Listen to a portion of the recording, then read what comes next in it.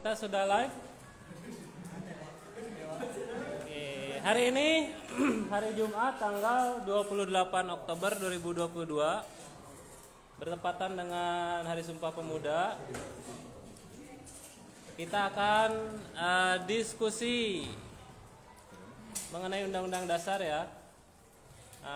Yang akan presentasi terlebih dahulu adalah kelompok 1 yang beranggotakan Ridwan, Ilham, Angelina, Raffi, dan Aditya. Ini akan membahas apa?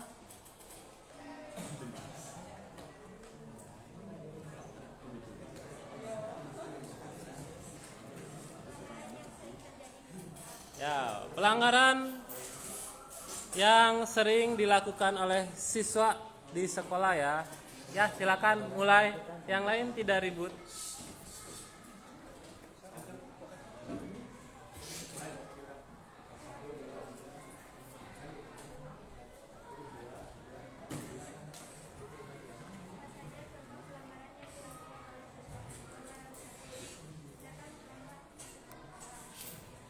Kurang keras. Dibuka aja dulu maskernya kalau presentasi.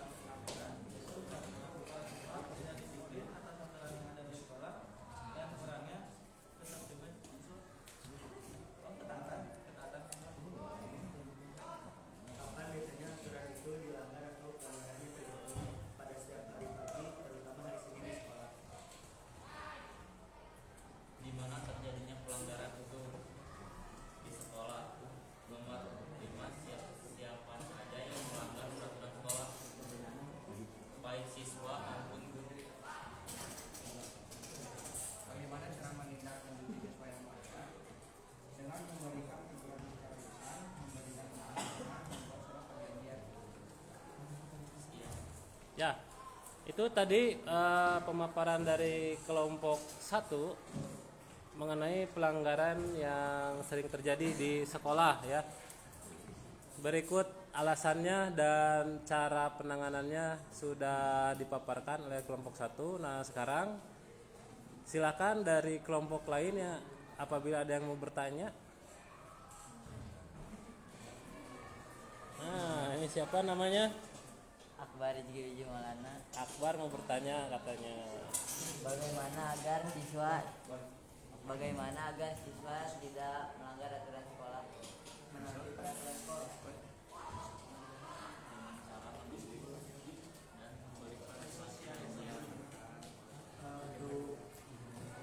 Pertama kalinya diucapkan secara lisan kepada siswa. Kedua kalinya dengan memberi pengarahan, dan juga melakukan ketiga kalinya membuat surat perjanjian. Bagaimana Akbar? Sudah cukup terjawab? Jadi penanganan pertamanya yang dilakukan oleh pihak sekolah adalah teguran lisan. Baru tertulis. Kalau pelanggarannya masih terjadi, itu akan dilakukan pemanggilan orang tua ya. Lalu melakukan atau penandatanganan surat perjanjian tidak akan melanggar lagi ya, disaksikan oleh atau ditandatangani juga oleh orang tua. Yang lain ada yang mau bertanya? Ada nggak?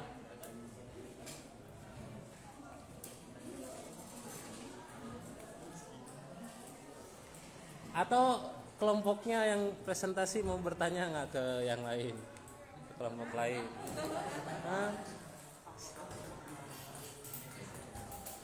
Gimana? Ada yang mau tanya lagi?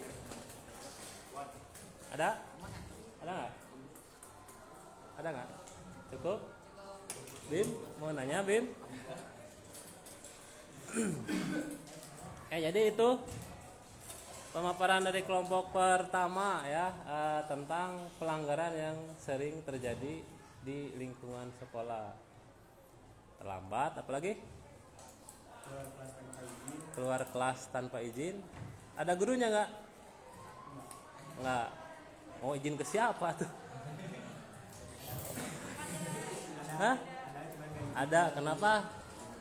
Sering itu di kelas ini? Siapa? Hah? Mana?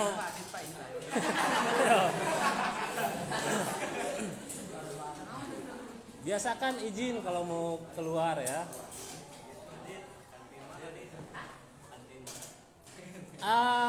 Pada tahu nggak kenapa sering banyak yang telat? Atau tiap hari itu pasti selalu ada saja yang terlambat datang ke sekolah? Iya, kenapa?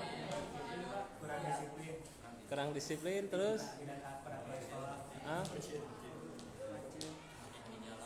Macet di jalan, bangunnya kesiangan. Nah, Bapak yakin yang sering terlambat itu bukan karena macet di jalan? Ya. Biasanya yang sering kesiangan itu yang bangunnya justru kesiangan. Rizla suka bangun jam berapa? Subuh. Suka kesiangan nggak Rizla? Jarang. Hah? Jarang. Pernah nggak kesiangan? Nggak. Pernah? Ya. Jadi masalah inti yang anak-anak yang pada datang telat ke sekolah itu sebetulnya bukan macet, bukan nggak ada angkot mah banyak, ya, bukan nggak sempat sarapan, tapi masalah utamanya yang sering terjadi adalah bangunnya kesiangan. Kalau bangun kesiangan, mau jalanan kosong, mau sarapan udah tersedia, itu pasti telat, ya. Nah itu apalagi yang sering terjadi tadi, sering terlambat. Terus rambut gimana rambut? Sering? Aman ya, kelas ini aman? Coba lihat rambutnya. Ini agak panjang nih. Oke, rambut. Yang nih, pinggirnya. Nah, ini tuh, pas ini. Pas Pak. Ya, rambut tolong disesuaikan ya. Oke, apalagi? Yang sering atribut tidak lengkap. Di sini ada yang tidak lengkap atribut? Oke. Ini mana lokasinya? Itu logo OSIS-nya mana? Ya. Ini kenapa nggak masuk daftar nih pelanggaran nih? Belum dijahit? Kenapa nggak dijahit? Kalau di kelas lain ada keluhan nih buat perempuan yang berkerudung.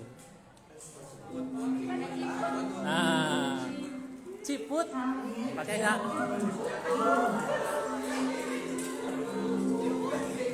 Ciputnya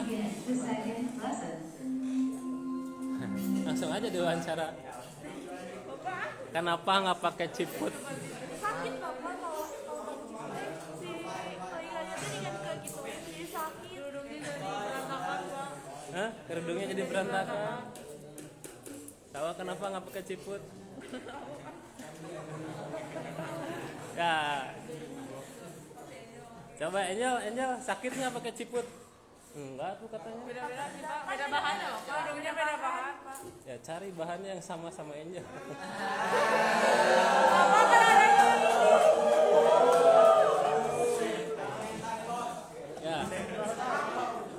Ya, ciputnya ya. Oke, ada lagi? Cukup cuma segitu. Ya. Closing dulu boleh kelompok 1. Tepuk tangan dulu untuk buat kelompok 1.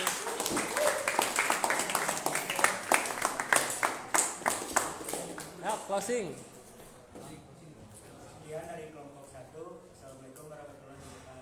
Waalaikumsalam warahmatullahi wabarakatuh. Ya, berikutnya kelompok 2.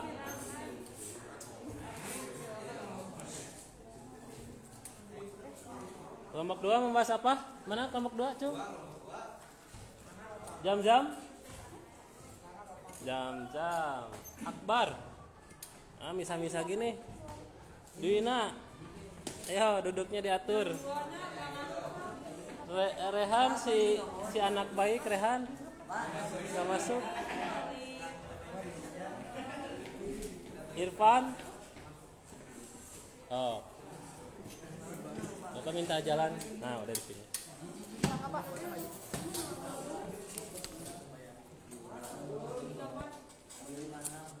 Kelompok 2 membahas apa?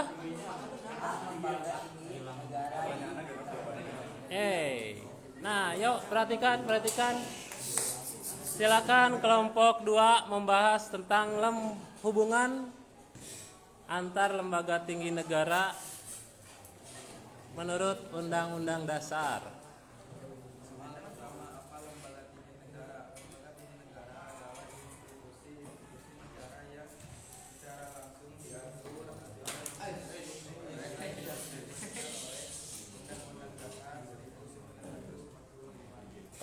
Soal nomor 2, mengapa lembaga tinggi negara penting dalam negara? Karena untuk menciptakan suatu lingkungan yang kondusif, aman, dan harmonis, menjadi badan penghubung antar negara dan rakyatnya, menjadi sumber inspirator rakyat, memberantas pidana korupsi, kolusi maupun nepotisme. Soal nomor 3, siapa lembaga tertinggi negara di Indonesia saat ini setelah Undang-Undang Dasar 1945 diamandemen? Undang-Undang Dasar Negara Republik Indonesia tahun 1945 hasil amandemen telah merubah kedudukan Majelis Permusyawaratan Rakyat yang sebelumnya merupakan lembaga tinggi negara menjadi lembaga negara. Soal selanjutnya, bagaimana konsep lembaga tinggi negara di Undang-Undang 1945? Undang-Undang 1945 menetapkan 7 lembaga negara, yaitu MPR, DPR, DPD, Presiden, BPK, MA, dan MK. Masing-masing lembaga negara mempunyai ruang lingkup kekuasaan masing-masing. Pelaksanaan kekuasaan yang diberikan kepada lembaga negara itu ada yang dilaksanakan secara mandiri dan ada yang dilaksanakan bersama-sama.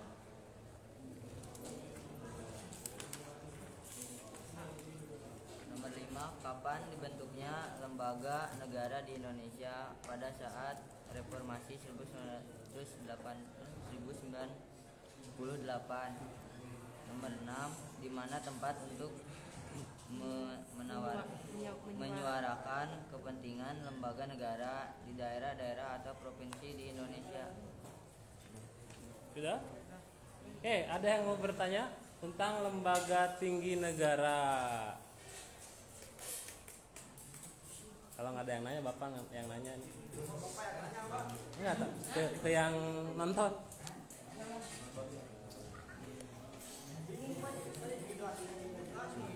Nah, kurang kerasnya. Nanyain berarti, tanya. Mau nanya apa? So.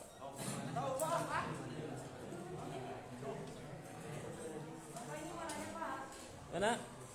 Oke, Angel mau nanya apa? Apa yang dimaksud dengan lembaga tinggi negara? Apa yang dimaksud dengan lembaga tinggi negara? Tadi udah sebetulnya. Lembaga tinggi negara adalah institusi negara yang secara langsung diatur atau memiliki kewenangan yang diberikan oleh. Nah, itu jawabannya. Ada lagi yang mau nanya? Coba yang tadi menyimak nih, selain kelompok 2, lembaga tinggi negara itu apa saja? Oh, siapa? Yoga Apa saja lembaga tinggi negara? kayak MPR,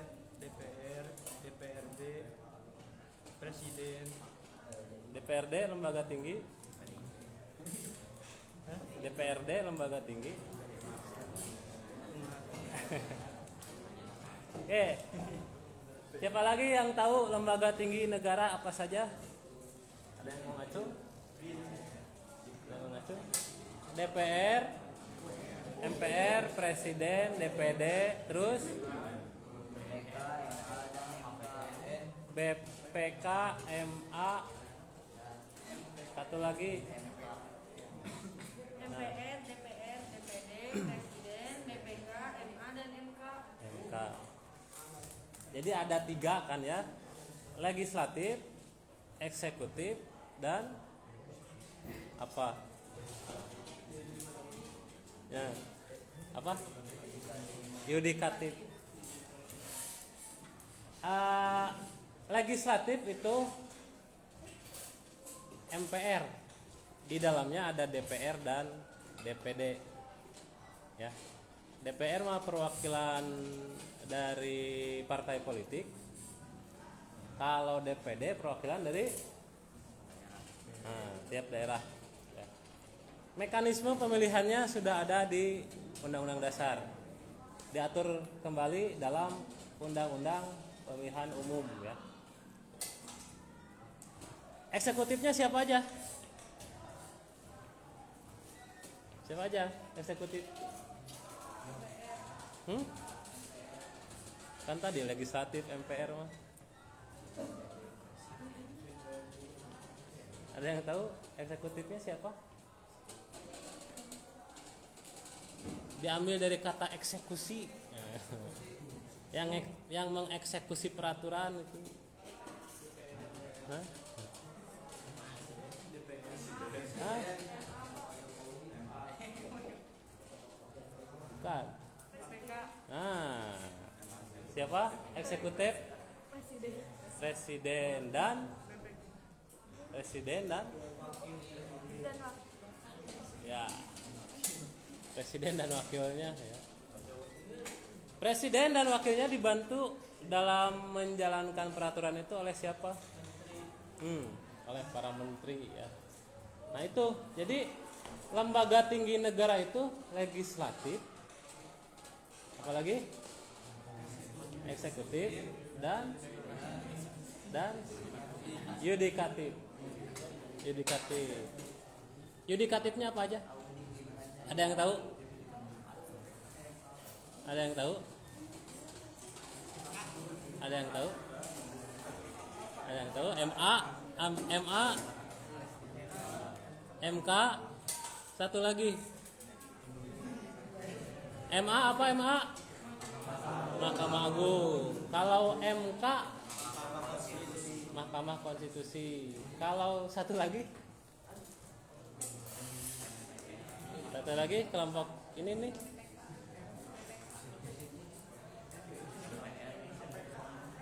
Bukan. MPR mah legislatif. Ada lembaga KY, apa itu KY? KY. Apa? Komisi? Ya, komisi apa? Komisi apa? Yudisial, bukan yudisial. Nah, jadi nanti secara umumnya lembaga tinggi negara itu ada 3 ya, legislatif, eksekutif, dan yudikatif. Legislatif itu yang bertugas untuk apa? Tugasnya legislatif. MPR, DPR itu tugasnya apa? Merancang undang-undang ya. Kalau undang-undang dasar boleh dirubah atau boleh dibuat lagi? Hah? Tidak. Kenapa? Hah? Sebutlah.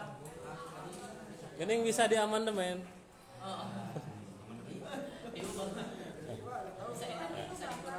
Ya, berarti bisa dirubah ya. Tapi tergantung situasi dan kondisi ya. Nah, jadi tugas legislatif itu merancang peraturan perundangan ya. Nah, siapa yang mengesahkan?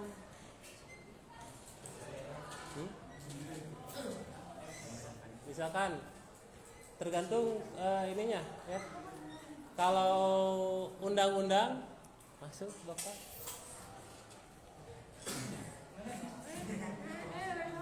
Bapak masuk live.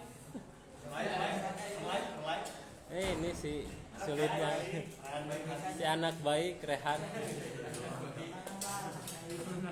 Kenapa sih kesiangan bangunnya?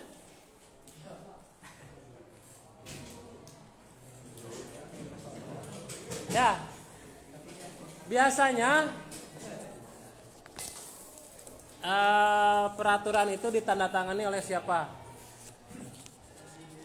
Nah, oleh presiden, betul, oleh presiden ya. Nah, jadi karena ini judulnya hubungan antar lembaga tinggi, harusnya ada yang nanya kapan lembaga-lembaga itu ketemu. Kan judulnya juga berhubungan ya, hubungan antar lembaga tinggi negara ya. Kalau berhubungan berarti ada komunikasi, boleh ketemuan atau surat menyurat. Nah, pertanyaannya, ini harusnya ada yang nanya nih, karena ini judulnya hubungan antar lembaga tinggi negara. Kapan dan di mana lembaga-lembaga tersebut berhubungan? Ada yang bisa jawab? Ada yang lain? Saat apa? Reformasi. Kapan reformasi? Reformasi udah lewat. Ini kan sekarang kita bicara lembaga tinggi negara nih. Kapan DPR, MPR, Presiden, MA, MK itu bisa berhubungan? Artinya bisa ketemu, bisa ketemuan. Dan di mana? Tahu nggak? Di istana? Istana Presiden? Ada lagi yang mau jawab? Di istana katanya. Kata siapa? Namanya siapa?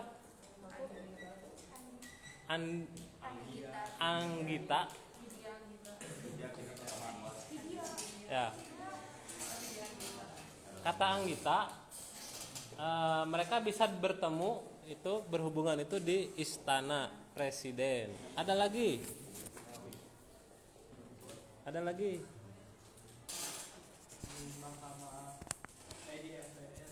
Di mana itu teh? Nah, di apa? Tadi Dwi jawab apa? Di gedung apa? Nah. Ya betul. Ya betul. Kan tadi tugas legislatif merancang peraturan perundang-undangan. Presiden tadi yang mengesahkan kan ya? Yang mengesahkan. Nah, itu teh ketemuannya di mana? Ngebahas undang-undang. Ya, itu teh ketemuannya di mana? Ya. Nama acaranya teh apa? Nah, sidang, bisa sidang tahunan ya. Pokoknya sidang MPR atau sidang DPR. Kalau kalian baca lebih lanjut, DPR itu punya hak. Ada beberapa hak DPR ya.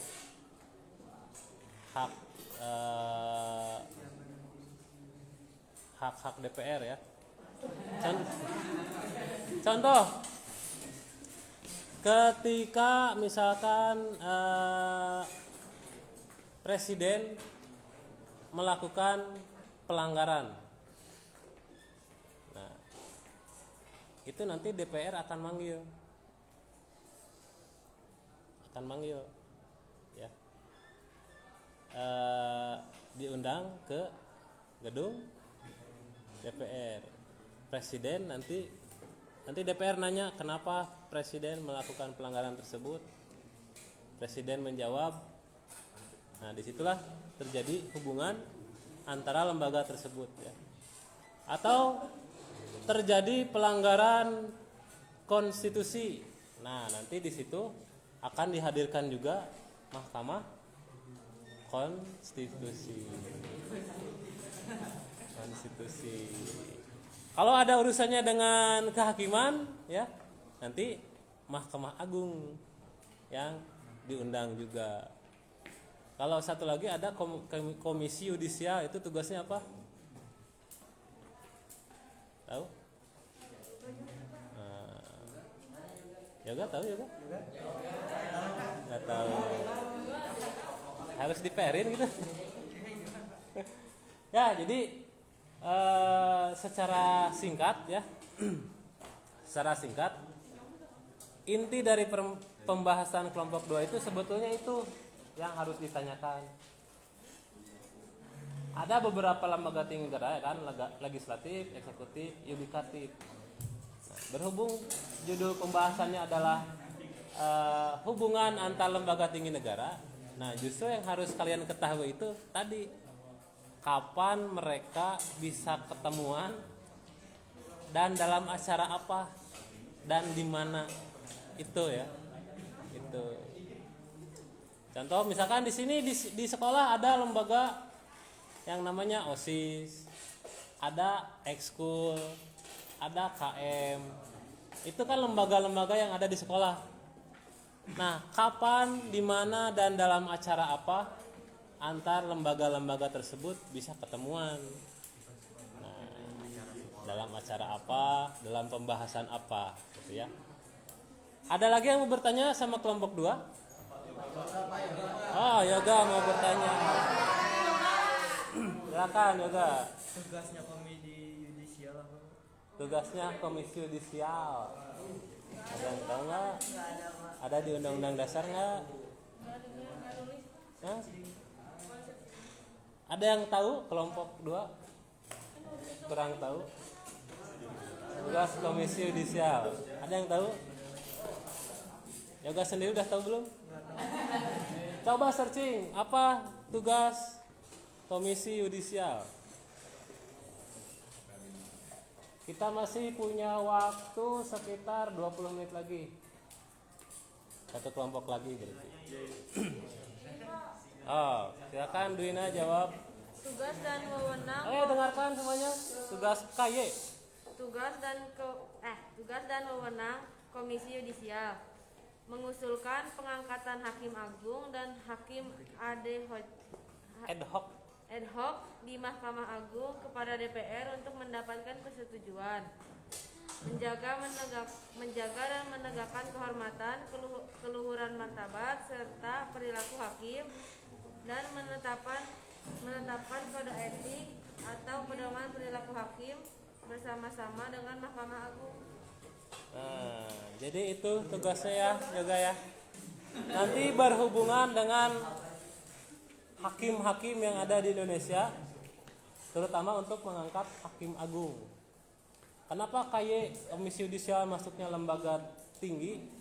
Karena nanti itu akan langsung berhubungan dengan DPR ya. Nanti tadi atas persetujuan siapa mengangkat hakim agung itu? DPR ya. Begitu. Ada lagi satu pertanyaan lagi kalau mau untuk kelompok 2? Kalau mau.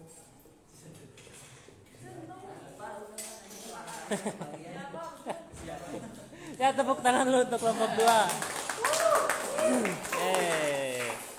Coba maaf kertas. Kelompok 3 Randy Cung. Randy, Irwan, mana? Bayu, Bimo, sok atur posisinya. Tuh. Sok.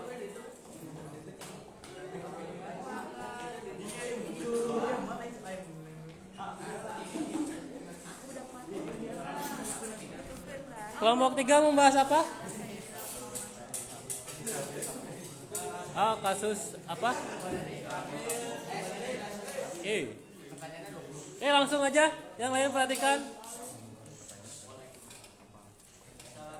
Kita bahas kasus Ferdi Sambo.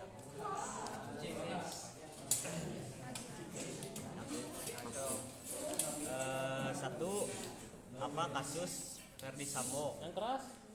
Satu, apa kasus Ferdi Sambo? Ferdi Sambo didakwa melakukan pembunuhan berencana terhadap Brigadir Yosua Huta Barat sekaligus obstruction of justice. Nah, obstruction of justice. Nah. Terus, lanjut. Mengapa Ferdi Sambo menembak Brigadir J?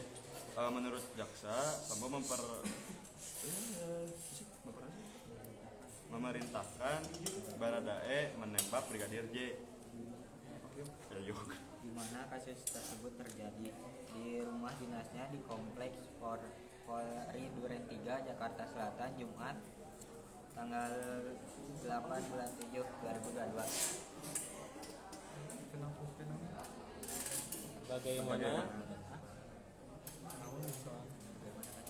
Bagaimana kasusnya terjadi?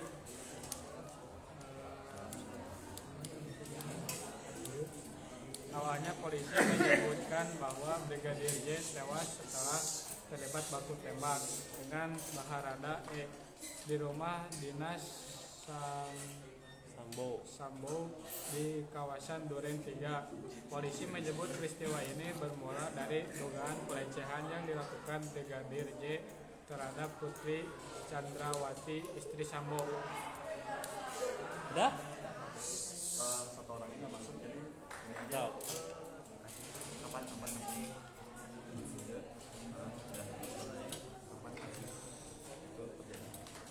Kapan udah? Ininya apa? Penyelesaian kasusnya gimana? Hah? tapi siapa tersangkanya ada Pak? Siapa tersangkanya? Siapa saja yang tersangkanya? Ferdi Sambo sebagai otak dari pembunuhan. Brigjen Hendra Kurniawan mengamankan saksi-saksi. Kombes Agus Nurpatria menerima perintah Sambo agar kasus ini ditangani oleh Biro Paminal Polri. Arif Rahman Arifin, orang yang melakukan dan menyimpan pengecekan isi CCTV. Sudah? Ada lagi yang mau dibahas? Mau disampaikan? Udah? Itu kasus Ferdi Sambo. Silakan kalau mau ada yang bertanya. Siapa namanya? Muhammad Jamjam. Jam-jam yang keras. Yang lain perhatikan. Bagaimana kasus Brigadir J, apakah harus dihukum mati atau dihukum seberat-beratnya? Bagaimana kasus Brigadir J, apakah harus dihukum mati atau dihukum seberat-beratnya? Siapa? Di Ferdi Sambo.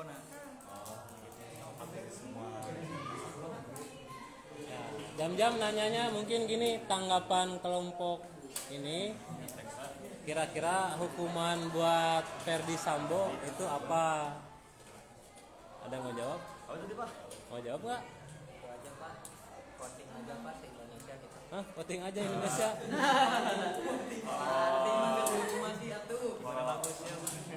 Kalau menurut aku mah Pak, kalau misalnya dihukum mati emang agak positif gitu, bisa terjadi. Kalau misalnya di penjara doang, misalkan 12 tahun karena pembunuhan, kalau misalnya gara-gara pembunuhan masuknya 12 tahun, takutnya ada apa namanya teh? Takutnya ada terjadinya lagi oleh Ferdi Sambo tersebut dan menjadi otak dari semuanya. Lebih baik dipindahkan saja kalau misalnya di penjara. Kalau misalnya dihukum mati, hukum matinya karena pembunuhan itu agak-agak masuk, soalnya itu bukan berantai. Itu Pak. Bukan berantai? Ya, jadi cuma satu orang yang kenanya banyak. Jadi satu orang yang mati, satu orang korban, dan semuanya sedih deh. Segitulah. Jadi yang misalkan yang aku sebut sebagai tangan kanannya Ferdi Sambo atau tangan kirinya itu bakal terkena juga Pak. Jadi yang cuman tangan kanan tangan kirinya di penjara, Ferdi Sambo dibunuh, dihukum mati Pak. Oh, jadi Gitu, Pak. kalau kata kelompok 3, jadi katanya Ferdi Sambonya harus dihukum mati, ya harus ya. Nah, sedangkan yang anak buahnya penjara. Gimana? Cukup jam-jam. Yang lain ada yang mau menambahkan, Duina?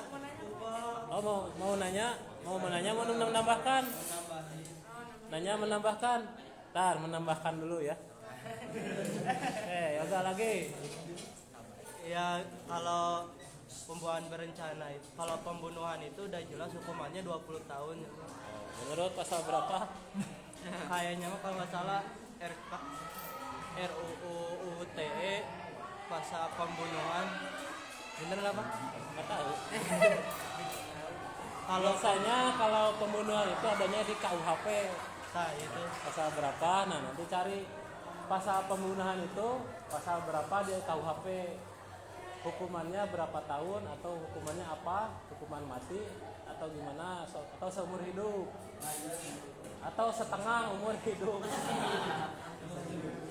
Ada nggak setengah umur hidup? Ya, gimana? Lanjut tadi udah. tadi udah ditambahin sama Bapak. Oh udah, sama apa? Nah jadi gitu. Tapi sok lanjutkan. Tapi yang otak dari semuanya mah Ferdi Sambo. Tapi yang awal-awalnya itu dari Putri Chandrawati sendiri. Tuh. Ya. Ada lagi yang mau menambahkan sebelum ke pertanyaan? Nah, jadi kalau mau tahu apa hukuman yang pantas buat pelaku kejahatan, kalian harus bacanya kitab apa? Kitab Undang-Undang Hukum Pidana. Jadi KUHP itu Kitab Undang-Undang Hukum Pidana. Kalau kalian mau tahu hukuman bagi seorang yang melakukan pembunuhan berapa tahun, baca di situ. Tidak sengaja melakukan pembunuhan berapa tahun. Ya, misalkan lagi main bola, ya, main bola, kemudian lewat ibu-ibu hamil, ketendang sama bola, cek, meninggal.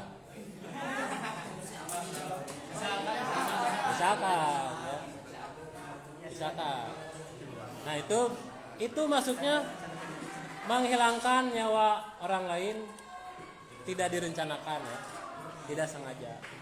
Beda lagi kalau disengaja tapi tidak direncanakan. Beda lagi disengaja dan direncanakan. Nah, itu beda-beda hukumannya ya. Itu ya, berarti tadi siapa yang nanya jam-jam ya? Tadi teh mau nanya siapa namanya? Fajar mau nanya apa? Kapan Ferdi Sambo menembak Brigadir Joshua dan kapan kasus ini viral? Mana sini? Kapan kejadiannya dan kapan itu viral? Tadi ada kapan tuh? Makanya dengerin.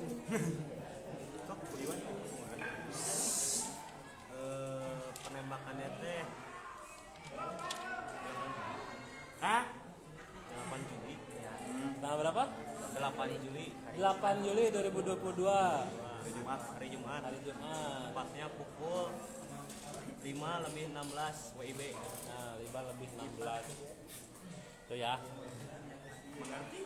Tadi Duina mau nanya apa? Bagaimana perkembangan kasus Sambo saat ini? Bagaimana Perkembangan kasus tersebut saat ini. Kalau saat ini berarti harus searching. Sudah sampai mana kasus itu berjalan? Apa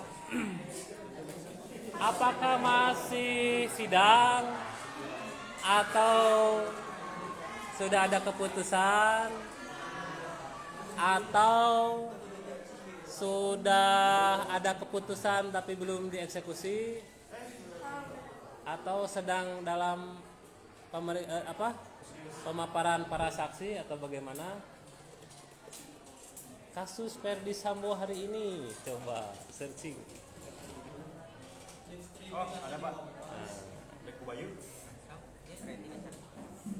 Iya, iya.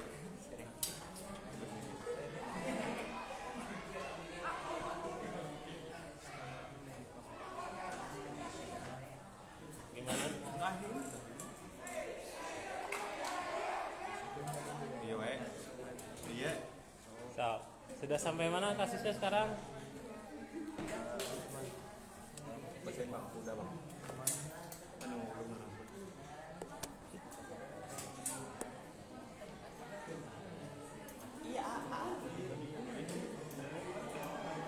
Irjen Verdi Sambo telah ditetapkan sebagai tersangka kasus kematian Brigadir J alias Nofriansyah Joshua Huta Barat dan diumumkan langsung oleh Kapolri Jenderal Listio Sigit Prabowo.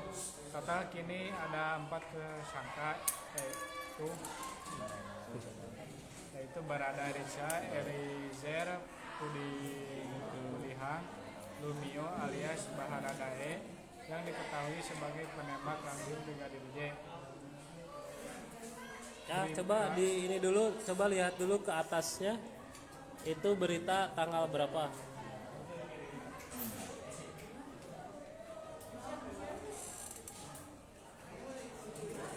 Oh, ada sih. Ada. Ada, Pak. Sedih sekali, Pak. Atau di bawahnya kadang ada biasanya. Wah, sedih.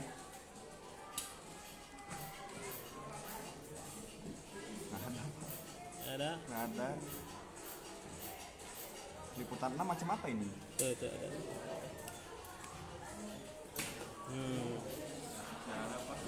Ada yang mengikuti perkembangannya? Sudah sampai mana? Yoga lagi.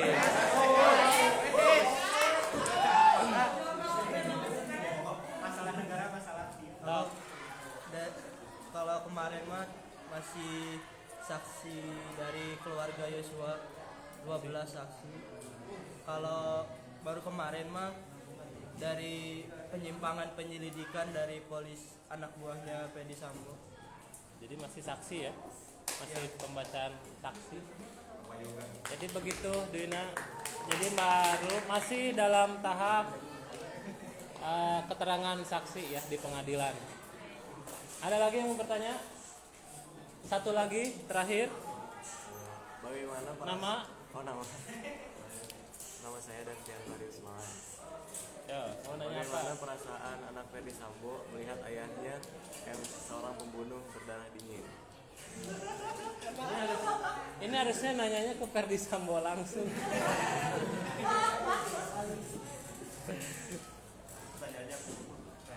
Bim, kata Darvian, bagaimana perasaan anak Ferdi Sambo? Seberapa tahun sih? Gak tahu berapa tahun ya? Berapa tahun sih? Ada yang tahu? Berapa tahun? SMK. Yoga anaknya Ferdi Sambo berapa tahun umurnya? Yang tahu itu apa? Psikolog Kasento tanya ke Kasento. Berarti harus nanya ke Kaseto katanya. Kalau gitu, hah? Yang 19 tahun aja ya? Pasti sedih sama kecewa sih, Pak. Soalnya kelakuan ayahnya yang buruk itu bisa juga mempengaruhi anaknya nanti di masa depan. Bisa jadi, Pak. Kecuali anaknya emang kuat dari awal untuk menghindari kelakuan bapaknya tersebut. Ya, Pak, itu jadi saya pesan saya, Pak. Gimana? Darvian? Betul? Ya, jadi kalau kita membahas hukum, kalian harus tahu dulu si pelanggaran hukum itu diaturnya di mana. Contoh kalau tadi pelanggaran sekolah berarti sudah ada di peraturan sekolah ya. Sanksinya apa itu sudah ada. Cara penyelesaiannya gimana? Itu ada di peraturan sekolah, harus dibaca. Ya. Kalau peraturan nanti tentang lembaga tinggi negara itu sudah ada di Undang-Undang Dasar, baca. Tuh. Kalau kasus hukum pidana adanya di KUHP, Kitab Undang-Undang Hukum Pidana. Nah, pelanggaran hukum pidana itu ada 2 delik gitu ya, namanya delik. Ada delik aduan, ada bukan delik aduan. Kalau pelanggaran tersebut masuknya ke bukan delik aduan, itu otomatis si penegak hukum langsung memproses. Contoh, terjadi pembunuhan, ya, misalkan Brigadir Joshua. Kalau Brigadir Joshua tidak punya keluarga, apakah Brigadir Joshua yang lapor ke polisi? Kan udah mati. Nah, itu masuknya bukan delik aduan. Kalau penipuan, pelecehan seksual, nah itu delik aduan. Ya. Bimo, Noel Darpian misalkan. Ya, misalkan Bimo Noel Darpian. Darpiannya sih asik-asik aja gitu. Darpiannya nggak ngadu ke siapa-siapa. Nah, nah itu tidak masuk si pelanggaran itu. Kalau masuk pelanggaran ya, ini contoh. Itu tidak akan diproses. Tapi kalau Darpian lapor, ya, nah baru itu akan diproses oleh penegak hukum. Ya, itu saja untuk hari ini. Nanti kelompok 4, 5, dan 6 minggu depan ya.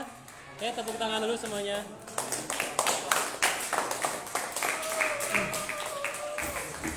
Oke, kasih salam sajuta dulu ke semuanya. Sajuta. Santun jujur taat. Sajuta. Santun jujur taat. Sajuta. Santun jujur taat. Oke, kasih salam dulu. Assalamualaikum warahmatullahi wabarakatuh. Waalaikumsalam. Ya, silakan rapikan lagi kursinya.